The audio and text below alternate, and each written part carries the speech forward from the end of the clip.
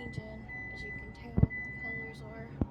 There's the mist going on top of the mountain tops too.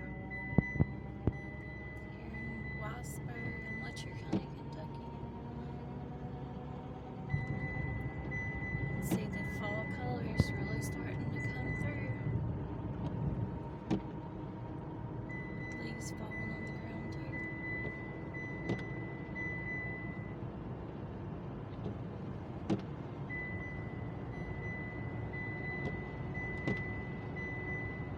There's a little shop that sells pumpkins over there, antique shop.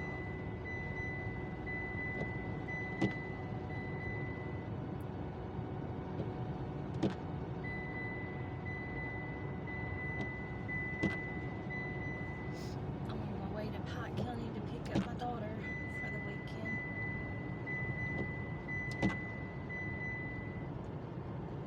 Up there's where she goes to school.